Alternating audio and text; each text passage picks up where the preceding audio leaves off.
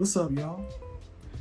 It has been a long time since I've done one of these. It was the last time I vlogged. I want to say it was about 3 years ago. And let's say a lot has happened. I think the last time I did a vlog, I was in LA um, looking for my new apartment. And needless to say, I'm in my new apartment. However, I'm not in LA. I'm in Philly, outside of Philly, basically. Um, but yeah, man, a lot has happened. Let's recap, shall we? so, like I said, I was looking for my new apartment. I was in a relationship, and I want to say 3 months later, I proposed to her, and she said yes, the whole nine. Cut to 3 months later after that, and we broke up. I really haven't talked to. I'll say this: I haven't been really public about why we broke up or even given my side of the story because it was like, you know what? I'm still kind of processing it at the time. I'm still processing it, still am processing it, to be honest with you. Um, and it was just like, you know what? Whatever she says, I don't have a rebuttal. It may be wrong, but I don't have a rebuttal because that's, in my book, that's sloppy. You know, yes, we were very public. I know I was very public about our relationship and our going outs and stuff like that. But as far as any problems or anything like that, I kept that off of Facebook or off of social media in general. But yeah, it was one of those things where, not to get too much in detail about it, but yeah, it was a lot of miscommunication and misunderstandings that has happened, false accusations, but that's neither here nor there. Um, but it was just one of those things where it was like I've been down this road before. I saw the signs of things ending, and for me, it was much easier to gracefully bow out and try to stay in and fight or put up a fight or anything like that to save our relationship. It was like, you know what? I'm going to accept it, and all I can do is move on. So I did. Um, I really took that time post our engagement to really just have fun. Just want to have fun. Like, I was traveling back and forth between Philly and LA almost every month for work and being with my nonprofit out there. And it was like, you know what? I'm gonna have fun. I'm gonna still create, and I'm just going to continue to do me. Um, and I have fun. I'm still having fun, to be honest with you. But my fun has changed to just going out and, all of that, to really just having solitude. After that breakup, it was like I got energy. I'm gonna put it towards my creativity, put it towards Crispy Studios. And I was able to produce and release a lot of projects. One for myself, Smoking Sundays, if y'all seen before. Um, I was able to produce Talk It Out with the Greens, my first talk show, with a couple Norman, shout out to Norman and Denise. The Grady Grill with my guy Ray Grady, as well as finally release my first documentary, full length documentary from Prison to Polished, where I highlighted the story and the life of my uncle Calvin. And to some critical acclaim, I'm very proud of that. But also, 2024, cut to 2024, um, I was able to submit from Prison to Polish to a film festival, and it got selected. So shout out to the New York Liftoff Global um, Film Festival, and just shout out to just Liftoff in general, Liftoff Global in general, for just giving me the opportunity and selecting me. So very thankful for that. Going back now, at this time it's 2022. Went back to 2022, produced all the shows. 2023 produced shows, and it was great. And last year, 2023, Um, March 28th, we, myself, as well as Inga and Marcus and the ASICS Foundation, we were able to launch the ASICS Network, where it's a platform for all of our content, my content as well as Inga's content. And on that same day, we premiered the first episode of The Grady Grill, and got some huge support from a lot of people. Shout out to Grady's following, shout out to my family and friends, and it was dope to just be able to release something. And I will tell you right now, that was probably the most scared I've ever been in my life. Just because of the work that we put into it, and just scared of if it's going to be public ridicule, if people are going to even watch it. But you know what? It was like, I bust my ass. Me personally, I bust my ass. The whole production team, they bust their ass. Inga bust her ass. It's like, you know what? Fuck it. It's time to put up a shut up, right? So fuck it. So we released it. When we launched it, we premiered the episode, and everybody showed love. And it was like dope. We had a launch party, and shoot, I don't even know how that launch party happened, to be honest with you. It was literally all by the grace of God. Because I was in New Orleans for a family trip, and like my flight, for one, I couldn't even afford to get to LA from New Orleans. I had to really go back home. And also, it was like, we were supposed to have this launch party, but there is no money. So how are we going to do this? So shout out to my homie Corey.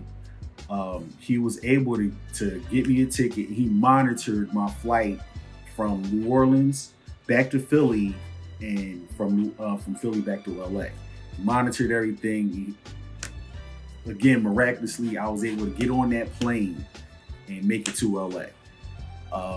And when I got there, my grandmother blessed me with some money that pretty much covered the whole event. Like, again, all by the grace of God. Like, it was crazy. But we did it. And that morning, I was crying my ass off. Like, just scared, just happy. Like, I had all of the feelings that you could ever feel. Pre-game jitters, the anxiety, the panic attacks. It was like, I went through all of that within like a span of 2 hours. No, I can't even say 2 hours. It was about 8 hours from the night I landed in LA to that morning. It was like panic, excitement, all of it. But it was one of those things through prayer, like on my knees praying, God made a way, so I made it happen. Dope. And I took this next year from 2023, March 2023 to, I say, June 2024, where I just went through a lot of things, and I'm just like, you know what? I still gotta live life. Like, bills are still there, whatever, but I still gotta live. I gotta be able to create. I still gotta maintain and just keep going. Because a lot of times after I did that, but after we launched everything, for me, it was like, all right, I can kind of take a break and just, all right, we did it. Shows are uploaded. They're scheduled to release on time. I'm going to just chill. And I chilled for the most part. I took the summer off, and shoot, even the fall, because Hollywood was on strike, so nothing was happening. So I was like, all right, I'm chilling. It's all good. Cut to December of last year. Something happened where I had an abscess under my jaw, like my right jaw. And it swelled up, like I had this big knot, like right under my chin or under my jaw. And it was like, where the hell did this come from? I lost 20 pounds because I wasn't eating, had suicidal thoughts. I thought this may have been the end for me because they said that tooth abscess can be or could be fatal. But through my mom's diligence. Like my mom really took care of me, man. Checking on me every half hour, every 3 hours. She's up in my room. All right, take this medicine. Take this medicine. You gotta eat something. Take this medicine. Drink your water. Eat some applesauce though. Eat some pudding. Like you gotta eat. You gotta. And shoot, by the grace of God, like stuff started working. The swelling went down. Like I still had pain, but I was still able to maintain. But it was one of those things where it was a wake up call. And that wake up call was like, all right, Chris, you're 35 now. You have to start taking care of your body. You got to listen to your body, start taking care of your body. New Year's Day, I have a conversation with one of my best friends. And I'm sharing with him everything that I was going through. He's sharing with me everything that he's going through. And it was like, you know what? If we're going to do this, like, I like, being able to share in this space. So if we're serious about improving our lives and making changes, let's hold each other accountable. Let's be each other's accountability partner. And it was like, all right, bet. Cool, let's do it. So from that day forth, it was January 1st. It was like, all right, now I got somebody who's going to keep me on the straight and narrow. Because me being a Gemini, I deviate a lot, right? Deviate a lot, and I find myself getting sidetracked a hell of a lot of times, because me getting sidetracked is because I'm helping people. I'm helping people fulfill their goals and achieve what they're trying to do. And it's like, damn, I still gotta come back to me, and I'm still back here, So having that accountability partner helped a hell of a lot. January 2nd, I get into the gym. I joined Planet Fitness again. And it was like, all right, let's go hard. My version of going hard is just doing a little bit every day. And it started with me doing, 30 minutes. 30 minutes in the gym.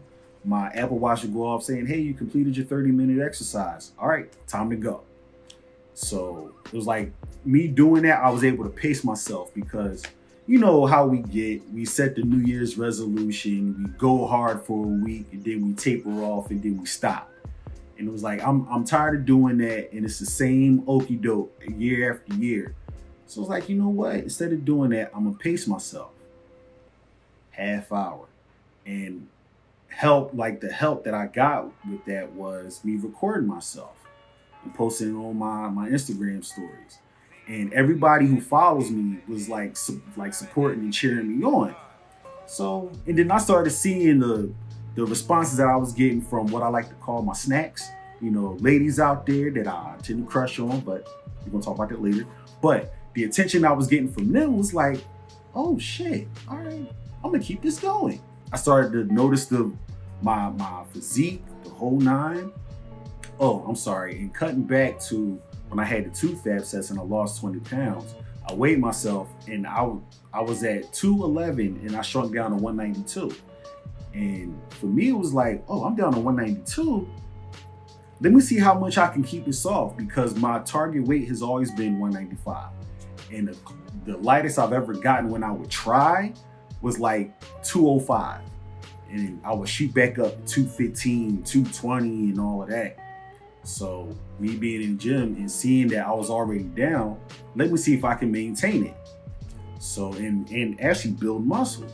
So, like I said, cut to here we are in August, and I've been in the gym every week, 3 times a week, 2 times a week, but I just maintain being consistent in going to the gym. And it's gotten to the point where I love it. Like, my sister works out. My sister's a personal trainer. My dad, he's been a gym rat for 30 plus years.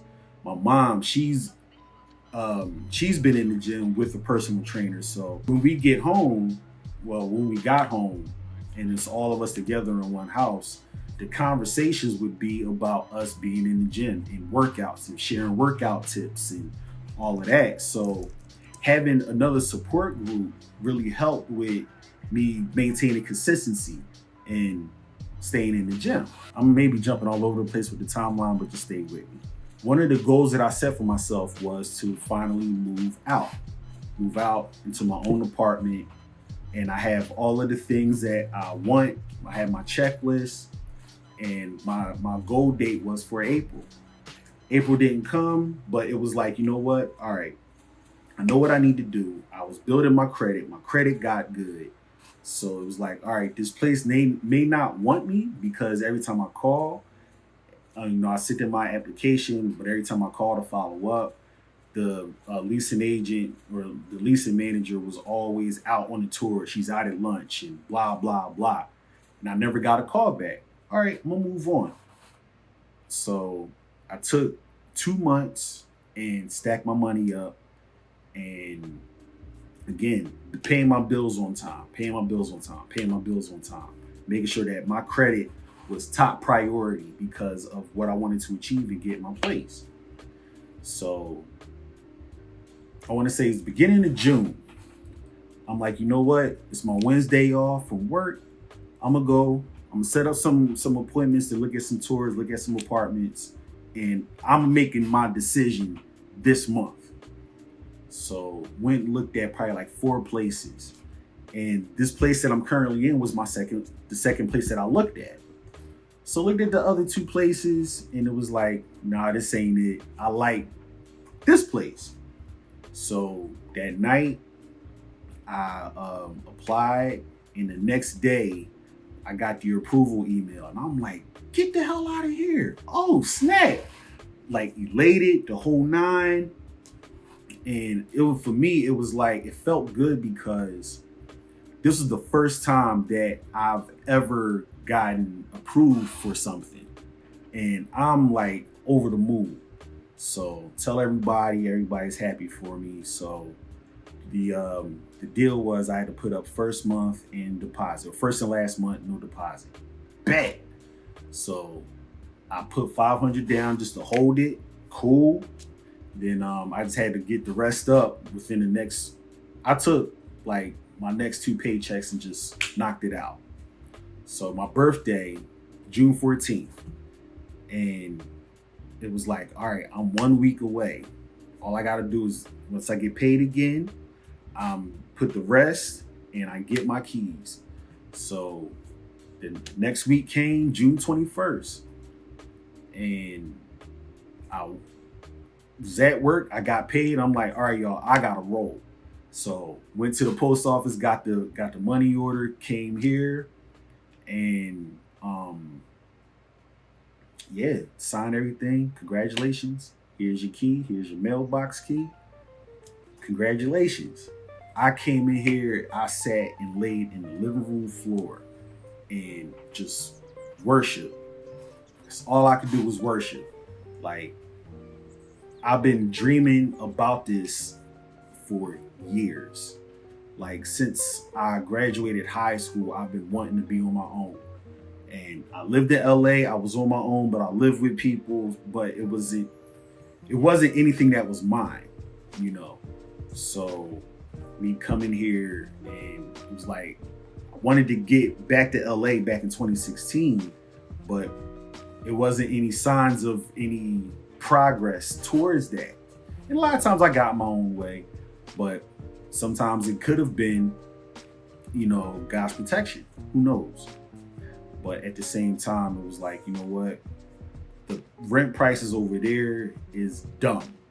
In LA, it is dumb.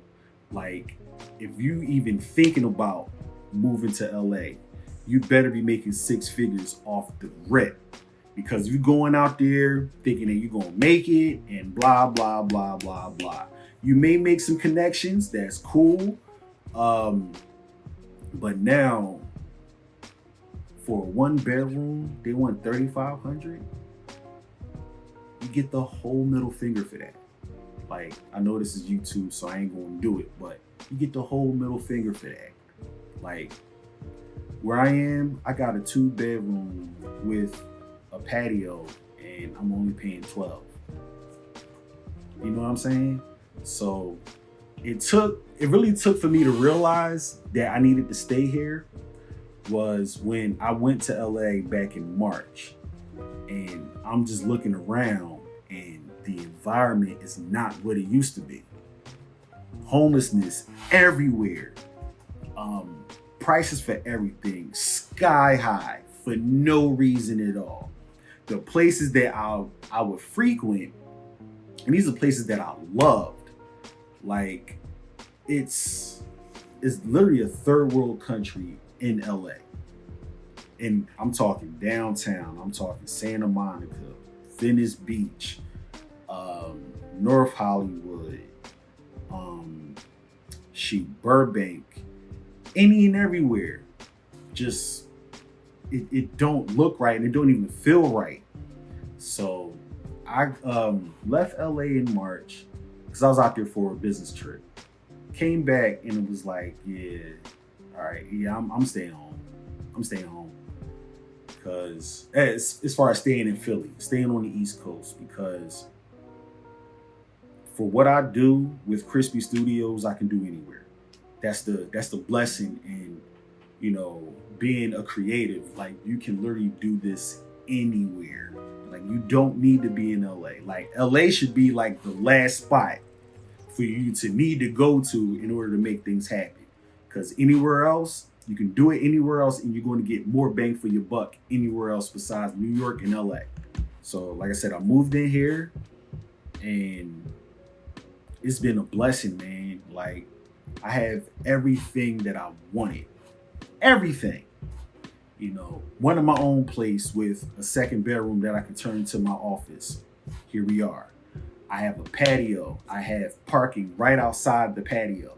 Like, the only thing that I don't have is in-unit washer and dryer.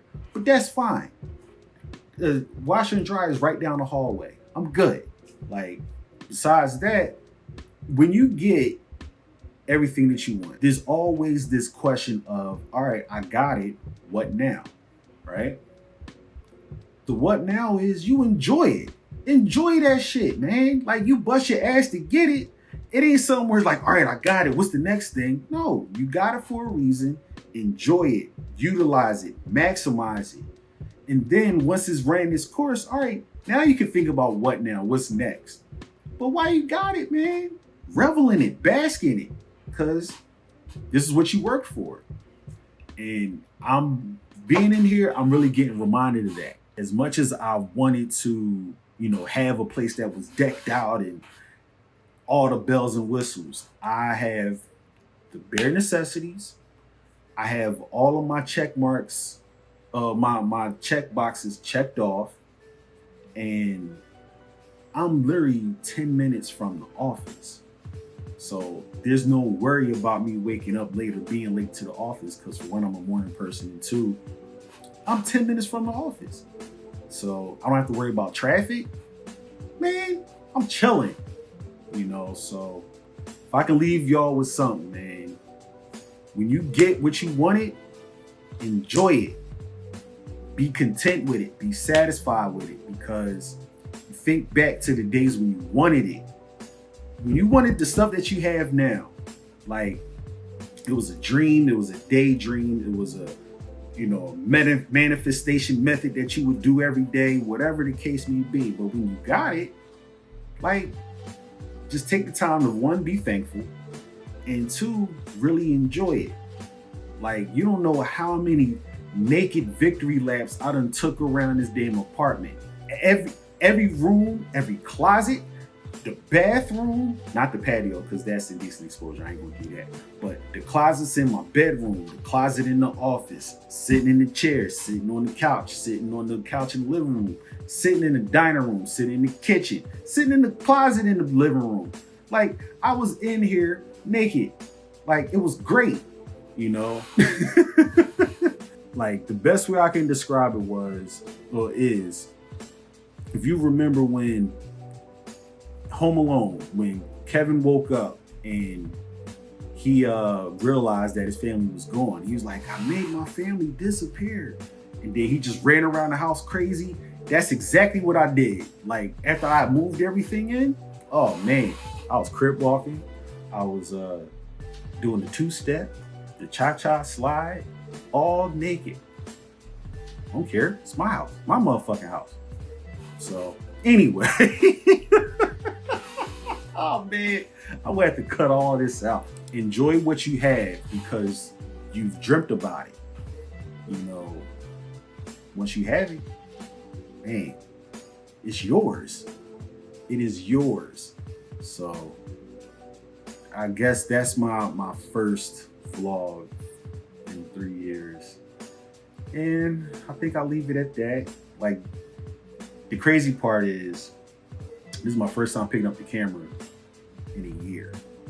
Like, to be able to film like this and just getting back into the creative bag. Like, one of the other things was, so having a conversation with my accountability partner. This is one thing that I shared with y'all about our conversation.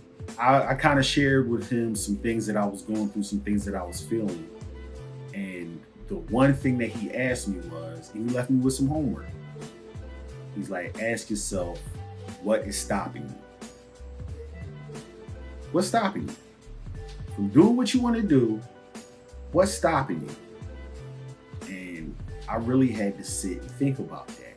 And the things that I wanted to do was pick up the camera, shoot something, put together content, fly my drone, go outside for walks. Like where I live, there's a huge park with a walking path, the whole nine.